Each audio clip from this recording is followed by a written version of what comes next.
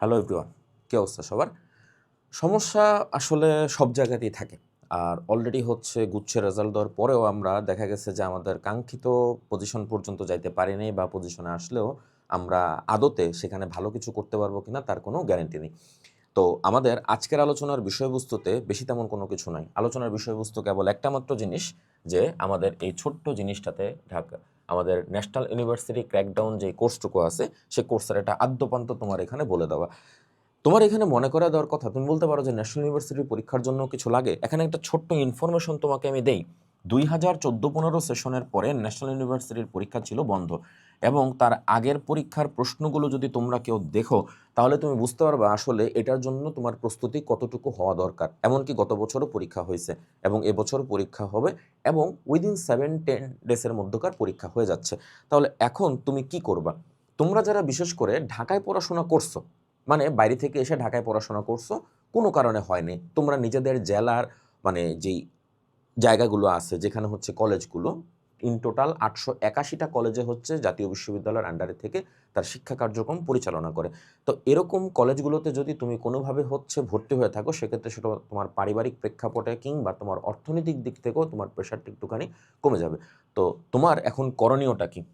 এই জন্যই বললে দিলাম যে তুমি কেন হচ্ছে পরীক্ষাটা দিবা। তোমার পরীক্ষা দিবা হচ্ছে তুমি বাড়ির পাশাপাশি থাকতে চাইতেছো, বাড়ির আশেপাশে থেকে। কারণ ঢাকায় থেকে তোমার এত পড়াশোনা করা, বা যারা হচ্ছে তুমি এতদিন ঢাকায় ছিলা এবং কতটুকু খরচ সেটা তুমি দেখতে পারতেছো, তো বাড়ির আশেপাশে থেকে তুমি পড়াশোনাটুকু করতে চাইতেছো। তাহলে পরীক্ষার প্রস্তুতি আমি কিভাবে নিব? পরীক্ষার প্রস্তুতির জন্য আমি যদি তোমাকে বিজ্ঞান বিভাগের বা সায়েন্সের কথাই বলি, এখানে তোমার বাংলাতে এখানে মার্কস থাকতেছে 20, ইংরেজিতে মার্কস থাকতেছে আবারও 20, এবং জিকেতে তোমার মার্কস থাকতেছে আরও 20। মানে তুমি সায়েন্সের হও, তাতে কোনো কিছু যায় আসে না, এই 60 মার্ক তোমার ফেস করতেই হবে। এবং এটার সাথে আরও একটা জিনিস করা লাগবে তোমার, সেটা হচ্ছে সায়েন্স ব্যাকগ্রাউন্ডের যেই সাবজেক্টগুলো আমরা পড়াশোনা করে আসছি, বাংলা, ইংরেজি এবং সাধারণ জ্ঞান বাদে, সাধারণ জ্ঞান তো আমরা পড়িই নেই, বাংলা এবং ইংরেজির পাশাপাশি যে আমরা সায়েন্সের 4টা বিষয় পড়ে আসছি, ফিজিক্স, কেমিস্ট্রি, ম্যাথ, বায়োলজি, এই মার্কসের জন্য তোমার কত দরকার হচ্ছে? এগুলো 40। মজার বিষয় হচ্ছে ফিজিক্স এবং কেমিস্ট্রি থেকেই হচ্ছে লাস্ট ইয়ার 30 মার্কসের কোশ্চেন টাচ করা হয়েছে ফিজিক্স এবং কেমিস্ট্রি থেকে। তো এখন তুমি কি করবা? সময় আছে খুব অল্প। এই অল্পটুকু সময়ের মধ্যে আমি তোমার হচ্ছে এখান থেকে প্রমিনেন্ট ওয়েতে একটা পরামর্শ দিতে পারি। তুমি এখানে হিসাব করে দেখো, তোমার এখানে আমি 50+ হচ্ছে কোশ্চেন ব্যাংক অ্যানালাইসিস দিয়ে রাখছি, 50+। এই 50+ কোশ্চেন ব্যাংক অ্যানালাইসিসে ঠিক কোন কোন জায়গা থেকে হচ্ছে কোশ্চেন আসতে পারে সেটা একটা ধারণা তুমি পেয়ে যাবে।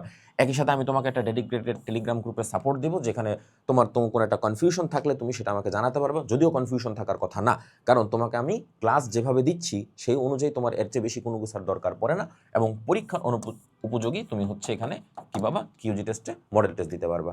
সো লাস্ট মোমেন্টে লাস্ট হোপটুকু একটুখানি হচ্ছে বাঁচায় রাখার জন্য হলেও তোমার পরীক্ষাটুকু ভালোভাবে দেওয়া উচিত, এবং দেরি না করে এই লাস্ট মোমেন্টের লাস্ট মুহূর্তের একদম সেরা প্রস্তুতির জন্য আমাদের last hope national university crackdown কোর্সে এনরোল করে ফেলো।